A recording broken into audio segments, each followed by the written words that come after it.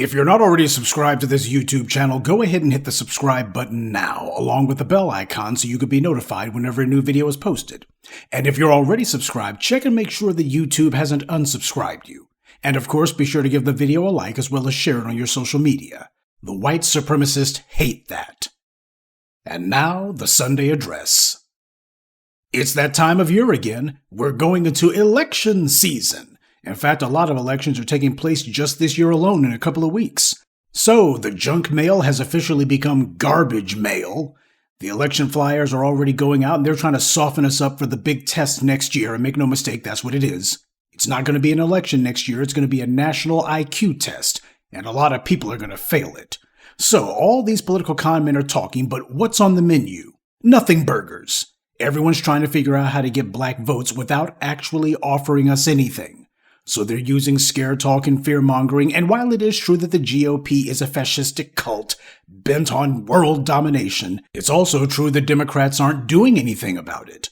When the Supreme Court overturned Roe v. Wade, Democrats immediately began moving to initiate statewide referendums, in red states no less, so that white women, who is who they were actually catering to, would be able to have access to abortion unfettered. And all it took was for Clarence Thomas to make one remark that the Supreme Court should revisit their ruling that legalized gay marriage, and both Republicans and Democrats immediately crossed the aisle and began passing a federal gay marriage law. So black people are being murdered with impunity, black people are being targeted for impoverishment by both business and government, working together, and what are the Democrats doing for us? Nothing. What are they promising? Less than nothing. Now, what do you give someone who wants something from you but offers nothing in return? Nothing. Stop me if you've heard this one before. You go to the mailbox and you got a handful of campaign flyers, mostly some non-black politician or aspiring non-black politician campaigning in your area, which is majority black. They've sent out a bunch of flyers to your area and they brag about what they claim to have done or whatever their qualifications are, but they don't say anything about black people or about what black people are going to get. In fact, these people have never even met you, but they want you to vote for them. Why? Because they tell you who's endorsing them, and of course, predictably, it's nothing but black preachers and political prostitutes. You'll recall that this is what Michael Bloomberg did during his failed presidential run in 2020. See, people have no problem smiling in our faces, and then if we're silly enough to vote for them, they go into office and totally ignore us. They use the political offices that we gave them to help everyone else to leapfrog us. And there will be pork chop preachers, civil rights retreads, and sellout social activists who are going to help them do it. Our community has been politically colonized. This is what happens with most black politicians we deal with, and it happens with all the non-black ones, so ignoring the black vote is a bipartisan issue. Well, the way to deal with political colonization is the same way you would deal with any kind of colonization. You stage a revolution. You fight back by exercising discipline with our votes, and a zero-tolerance policy for being ignored. Our ballot is leverage, but only if we use it that way. You extract promises from anyone who claims to want your vote before you go vote. See, black folks have been getting the game all backwards. When someone's campaigning, it's supposed to be about substance, not semantics. We vote for someone because they give a cute little speech, mostly talking around our interests, and even then they don't dare promise us anything, and in most cases they don't even say the word black. And we're so desperate to believe that they'll actually do something for us, that finally someone's going to produce something for us, we just go into delusion about it and convince ourselves of things that they didn't actually say. 4 years ago, the black media warned you that Joe Biden wasn't going to do anything for us, that he was just giving us lip service, and weak lip service at that. We warned you literally on the hour-by-hour basis about how Simone Sanders was lying on CNN, falsely claiming that Biden's 94 crime bill had nothing to do with the mass incarceration orgy that followed, even though she knew that was a lie. And now we see that after 25 plus years of lies, lies, and more lies, the house of cards is starting to crumble. The Democrats are finding themselves paying a price, and they're in a panic, because their usual tricks don't seem to be working. And they claim they don't have a clue why that is. The Democrats' lack of black support has become so dire that now you got them scared that they won't even have enough black delegates to be able to give Biden the nomination. That's what they're saying right now, that the number of delegates, not even the voters, the delegates themselves are going to be so white that they won't even be able to get Biden the nomination. This is inside the Democratic Party itself. This is how bad the situation has gotten because of their hemorrhaging black support. Donna Brazile said, "I keep looking at these diversity goals in big states like New York, like California, and for some reason, whether it's the African American community, black community, the LGBTQ plus community, or Hispanic community, the numbers continue to decrease." Now, let's get one thing straight. Whenever these people talk about diversity or people of color vote, etc., they're talking about black people. They're using those as code words to get around having to say black is none but the black vote. They don't want to say that, because they don't want us thinking that we've actually got the upper hand when we do. Hispanics break for the GOP, Asians more so, and when it comes to the LGBT community, there's simply not enough of them to make a difference in an election. So the Democrats mention everybody else, and especially the LGBT vote gets mentioned because a large number of the DNC's donors are LGBT themselves. But as a voting bloc, they don't decide elections. They simply don't have the numbers, so make no mistake, this is just her trying to get around saying, yes, it's about the black vote and nothing else. Brazile went on to say, "It raises a red flag in my judgment, and then I try to find out what the hell is it." Now, she used to be the head of the DNC, at least on paper anyway, but here she is saying Democrats' black support is continuing to fall, and she doesn't have a clue why that is. Gee, hasn't she been talking to the black community? Well, actually, yes, she has been talking to the black community, and that's the entire problem. She's been doing nothing but talking. She hasn't been listening. Because if she had actually been listening to the black community, she wouldn't be sitting here now having to pretend as if she doesn't know what the problem is. The black vote is the Democrat Party base. So how the hell can she not know why the base is crumbling? Because she's lying. She knows exactly what the problem is, but she doesn't dare say it. She can't afford to say it because it would threaten her white paymasters. So instead she does what they always do. She plays dumb. And she's hoping that just enough silly Negroes out there will play dumb right along with her. By the way, Donna Brazile is from South Louisiana. Just like James Carville, the Cajun Skeletor. She's one of the Dems' black bootlicks who tells whatever line of crap they want. She then comes to us and shucks and jives and tries to cajole us into doing what her paymasters want. If she's so smart, so knowledgeable, so astute, with a decades-long trend of black voters walking away, how come she doesn't have a clue what's causing it? Well, let me go ahead and give Donna a clue. Black voters have not gotten any tangibles from the Democrats in 50-plus years. We don't even get basic respect. Instead, we are subjected to the sexually suspect Jamal Bowman, who's always pulling some asinine PR stunt, always some attention-seeking stunt, yelling at Marjorie Taylor Greene, or yelling at Kevin McCarthy, or pulling the fire alarm. I mean, this clown will do anything to get somebody to notice him. But what he won't do is anything for black people. You also have Representative What's-Her-Name out of Texas, who apparently buys hair weave in bulk.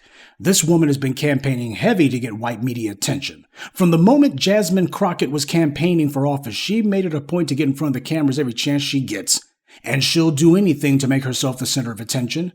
Just last week, while talking about the federal documents Trump had at Mar-a-Lago, she made sure to use vulgar language. That way the white media would feel compelled to have to shoehorn her into the news cycle, at least for one day. You know, Marjorie Greene did the same thing with those pictures of Hunter Biden that she put up in Congress. You have a white female Republican and a black female Democrat, and both of them use the same tactics to get white media attention, and neither one of them is willing to go to the mat for black people. Jasmine Crockett certainly isn't going to make a vulgar spectacle of herself for reparations, though she does want to make sure that people vote, though she's not promoting the idea that black people should actually get anything for our vote. She's not promoting black people's interests. She's just promoting herself. And she doesn't care about black people for the same reason that Eric Adams doesn't, or Karen Bass, or LaFonza Butler. The bootlick is a creature of pure self-interest. It does not bother them to be in districts where the number of black voters are in the single digits. See, they're not trying to get the black vote. They're trying to actually escape blackness through political means. These sellouts figured out decades ago that they could get enough white donor money and political support if they champion everyone's interest except ours. They're out for themselves alone. Like Stephen Reed down there in Alabama, they brag about it. Willie Brown made a career out of slick-talking white voters and white politicians into backing him. Jamal Bowman and Jasmine Crockett are operating out of the same playbook. All of them are. But their job is to use just enough weasel words that hopefully they can get you to con yourself into thinking that maybe, just maybe, they might do something for you. Joe Biden certainly used that ploy. He made black voters plenty of promises in 2020. We forced the wrinkled-up racists to promise things like a so-called White House Police Accountability Commission, and a Lift Every Voice plan, which was no plan at all, and a George Floyd policing bill. They even had one about John, I've Spilled Blood, and Selma Lewis. And we gave Democrats control of the House, the Senate, and the White House so they could do all of these things. And that way they had a majority so there would be no excuses for not doing it. But as soon as Biden got elected, what did he do? He gave us nothing but excuses, and the rest of the Democrats fell in line behind him saying the same thing. Just like Obama did back in 2008 when black voters handed him a filibuster-proof majority in the Senate. He had the ability to make it where the Republicans couldn't stop him from doing anything. We handed him that much power. He had the power to steamroll whatever legislation he wanted through. And he did. Except he didn't do anything for black people. Instead, it was a health care law that was mainly just a sop so that he could say, well, I did something really big, so now you can say that I was a president of consequence. He squandered the political capital that we handed him. And he then turned around and made it a point to insult black voters, particularly black men, every chance he got. That was when the decade-long decline in black voter support began, during the Obama years. And of course, Biden has been no different. He lectures us about how we have to work with everyone else, but he never tells anyone else that they got to work with us. He doesn't tell Hispanics they have to learn to work with black people. He doesn't tell Asians, well, black folks got more votes than you, so you got to learn to work with them. He doesn't tell anybody else that. He doesn't tell the Jewish vote that they have to learn to work with black people. No, he only tells black people that we need to learn to work with everyone else. We have to learn to accommodate everyone else. But what about our needs? Well, we can't do that. It's politically disadvantageous. You got to wait till the next election, or not at all. And now Democrats are watching as Trump, with 90-plus indictments against him, is neck and neck with Biden, whose approval numbers are cratering. This is the cost of lying to people. That's what this is. Sooner or later, the people get tired of you lying to them. Well, some of them do anyway. Trump's been getting dogpiled in the white media, certainly by these Democrat prosecutors, but I warned everyone that beating up on him too much would have the opposite effect. The law of diminishing returns kicks in at some point. So Democrats realize that they're in trouble, and they want to pivot so that they can preserve themselves, but they want to do it in a way that doesn't require them to actually respond to black people's demands. All of these illegal immigrants we got in these blue cities, that's putting big pressure on Biden from all the angry voters. So much so that Biden's been forced to make some noises about doing some construction on that border wall. By the way, side note, most of the illegal aliens in the U.S. didn't come in illegally. They didn't slip in over the border. Most of them were let in legally, but they decided to overstay their visas. Just food for thought. Understand something. Unless the politician is saying that they're going to start prosecuting these employers for hiring illegal aliens or prosecuting landlords for renting places to them, then they're not serious. These illegal aliens are not simply coming here for no reason. It's because all of them have been hearing and seeing from their own family members and friends that if they came to the United States, there would be jobs from some unscrupulous employer. They would have no problem getting themselves someplace to rent. There's an entire apparatus and infrastructure and network set up for them. See, these illegal aliens are not suspended in midair. They have an entire apparatus in place. Biden's not talking about what he's going to do to dismantle it. He's seen that some Democrat politicians are catching hell because of the influx of illegals in Chicago and New York, and now Biden's feeling the heat. See, there was no problem with immigrants coming in because as far as they were concerned, this would eventually dilute the black vote. The power of the black vote would be reduced with a new non-black voting bloc, one that wouldn't cause the Democrats the kind of troubles that black voters have caused. But the problem now is the numbers are coming in too fast. The immigrants are coming in way too fast, so fast that it's causing a backlash, and that's something the Democrats weren't counting on. The answer here would be to enforce the law, and that means mass deportation and prosecution of these employers and landlords who are breaking the law. And by the way, mass deportation would include building massive incarceration facilities on the border. And before anyone tries to claim that America can't, this country has trillions of dollars in the government's federal coffers. It would be child's play for them to build prisons. God knows they were doing it during the 90s to go after us. That would be the way to put a halt to it. But if you think Biden's going to be doing that, you're crazy. And Trump, he had 4 years to and didn't even lift a finger about it. And that's because both political parties have their own reasons. Democrats are looking to get some new voters, and Republicans are catering to these unscrupulous business interests who want cheap labor. In the case of the banks, they make money off of remittances. That is, money that illegal aliens send back to their families in their home countries. Everyone's getting paid off of this. At least the people who matter are getting paid off of it. So both parties will make a couple of good-sounding noises, the Republicans more than the Democrats, on this issue, but neither one's going to do anything about it, at least not in the current political climate. But speaking of other constituencies, you've probably heard of some guy named Anthony Oliver. He had apparently become an overnight success because of a song that he wrote about the rich. Basically, this guy is being used as a springboard to push the political line about appealing to hard-working white people, as Hillary Clinton put it, or the forgotten man, as Trump termed it. White media has been acting as if this guy is the spokesman for a generation, when in reality they're just using his one-hit wonder to push the same line they push every election cycle about catering to the white vote. That's what he represents, at least the way that they're presenting him. Now, I listened to this guy's song to see if he spoke to any deep truths, and predictably, after he gave his grievances about his low pay and rotten life, he did some griping about people living off the government. Kind of reminded me of Cliven Bundy. And by the way, don't be at all surprised if it turns out that this guy gets exposed as just another alt-right retread. You've been warned. He should have sung a couple of bars about corporations getting subsidies if he wants to talk about people living off the government dole. But he doesn't seem bright enough to understand that concept, and I'm pretty sure the folks that he's warbling for wouldn't understand it either. Call me jaded, but if his song is about rich men in Richmond, why does he detour into talking about poor slackers? It just seems a little bit odd. I don't like people who try to live their lives off the public dole either, but what I'm saying is that if you look at how much money goes to the welfare cheats and then compare it to the untold billions that corporations get simply for being a vital national industry or because their CEO plays golf with this or that senator or president, there's no comparison. His song only makes sense for about the first couple of stanzas, then it kind of falls apart. But there's also another thing about Mr. Anthony's self-pitying ballad that makes me roll my eyes. He is classified as white, in a country founded by white men and was created for the express benefit of those classified as white. Now, as someone who has been the primary and majority beneficiary of every policy and act this country has ever done and that its corporations have carried out, how can he be sitting here now complaining? If you're classified as white in the United States and you're not set and you're not living it up, then that's not the fault of the rich men in Richmond or anywhere else. In fact, it's not even the fault of the welfare cheats either, odious though they may be. A country that hands everything to someone on a silver platter merely on the basis of race cannot be blamed when later on that person has empty hands. When you live in a country like this set up specifically for your benefit based on race, you don't get to turn around later and claim to have a grievance.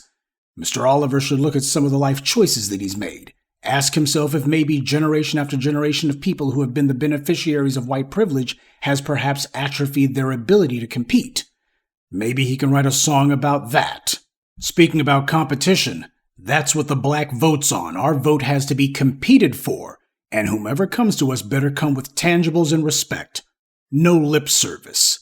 We better show that we have a long memory, too. When people lie to us, when they disrespect us, we better show them that we won't forget it, and we won't tolerate it either.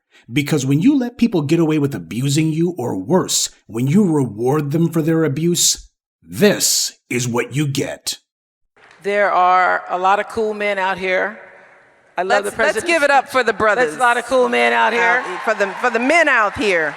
I love the president's speech saying you're looking at a feminist. What can men do leaving here? Be better.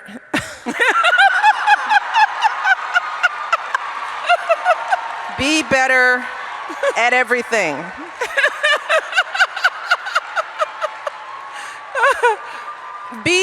Be better fathers. Good Lord, just being good fathers who love your daughters and are providing a solid example of what it means to be a good man in the world, and showing them what it feels like to be loved.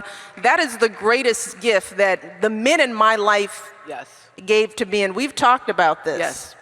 The fact that I've never experienced abuse at the hands of any man in my life, and that's sad to say that that's a rare reality.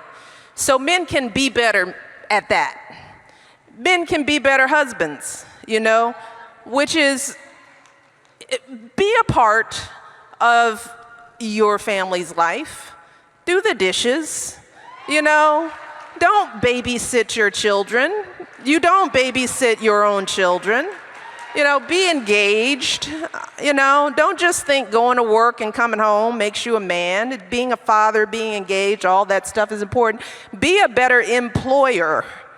When you are sitting at a seat of power at a table of any kind, and you look around and you just see it's just you and a bunch of men around a table on a golf course making deals, and you allow that to happen, and you're okay with that, be better. Be better. Be better. Be better. I love that. Just be better. I could go on, but I'm not. You get the point, fellas, right? Fellas? What are you gonna be? There you go. There you go. Michelle Obama. The damned nerve of that heifer. She makes it a point to reiterate and push racist lies that black men don't stay with their kids, and black men, of course, are predators, preying on little girls and all the rest of it. First of all, this is a contradiction, especially coming from her. You cannot say that black men don't stay with their families and simultaneously are abusing and mistreating the females and the girls in these families too. He cannot simultaneously be absent and be there at the exact same time. But of course, this wasn't about truth. It was about pushing a racist narrative. And she conveniently forgets that she's married to a half-black man, yet she attacks black men without a pang of remorse, while the shrew Oprah Winfrey next to her cackles like the witch she is. This is what happens when you tolerate and reward abuse. Barack Obama had only dated and slept with white women his entire life. Michelle is the first and only black woman that he's ever been involved with. And does Barack Obama mind his wife speaking about black men in this way? Of course not, because he was doing it years before she did. He doesn't consider himself to be black, he considers himself to be something else. And he considers her to be an accessory. When Barack Obama decided that he was going to go into public life, he also decided that he needed a wife, because no unmarried man has been elected president in the United States since the 1800s. Barack Obama needed a wife to complete the look.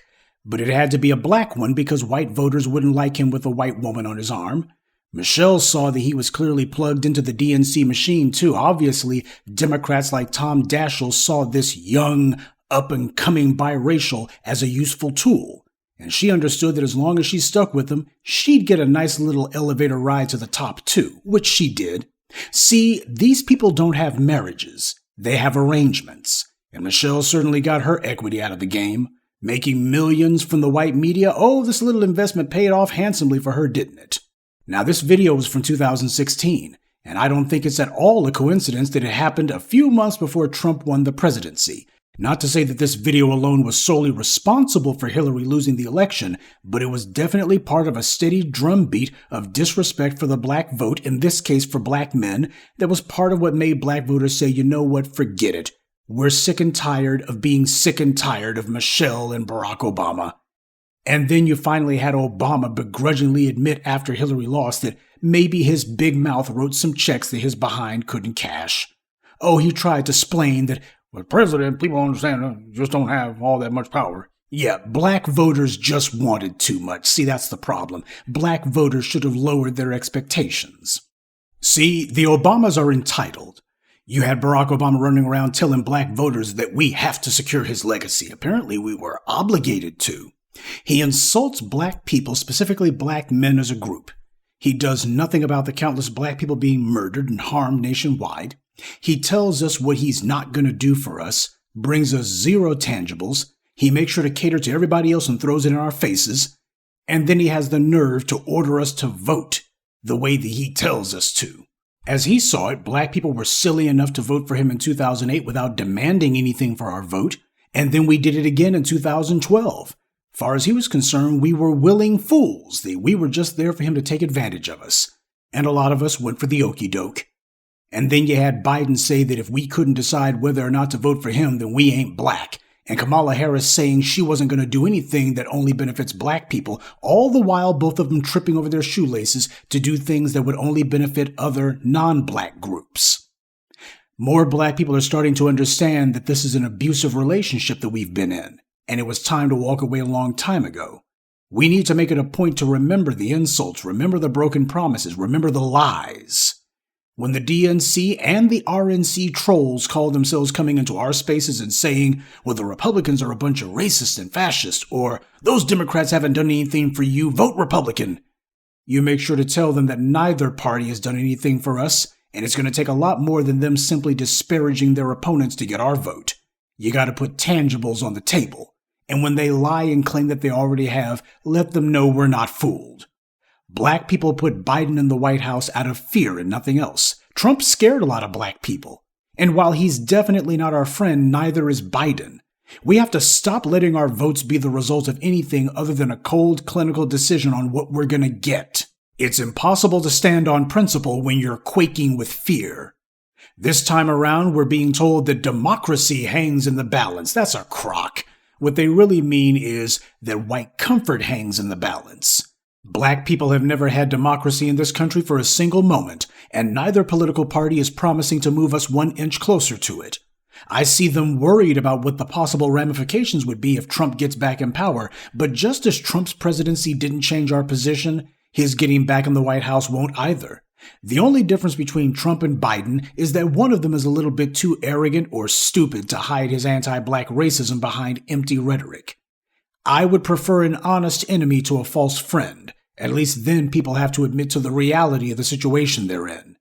But the truth is, we don't need friends. We have something far better than friends. We have family. Ultimately, the goal of black empowerment must be for us to have our hands on the levers of power. I say this because we can't play the game of trying to bend these racists to our will forever. Yes, we must show our resolve and make the system do things it wasn't designed to do, but that's a short-term goal. Justice is far too important for us to leave it up to chance. The long game has always been to have the power in our hands. At some point, we will have to cultivate, field, and install candidates in office that we chose and who operate in our interest. If you think the phony scaremongering is bad now, just wait and see how they react when we have enough power to push the Jamal Bowmans and the Jasmine Crockett's aside. We're through letting the white media tell us who our leaders are. But if you want to silence the enemy, you'll have to start running their puppets out of the paint. That will come back to how much we invest in ourselves. If we stop letting our enemies make us afraid of what they say is going to happen if we don't obey them, if we return to trusting each other and looking to each other and looking out for one another, then we will finally regain the confidence to reject the political colonizers and the internal force necessary to stand up to the bootlicks and the sellouts and to boldly seize the future that we deserve. Good evening, and be one.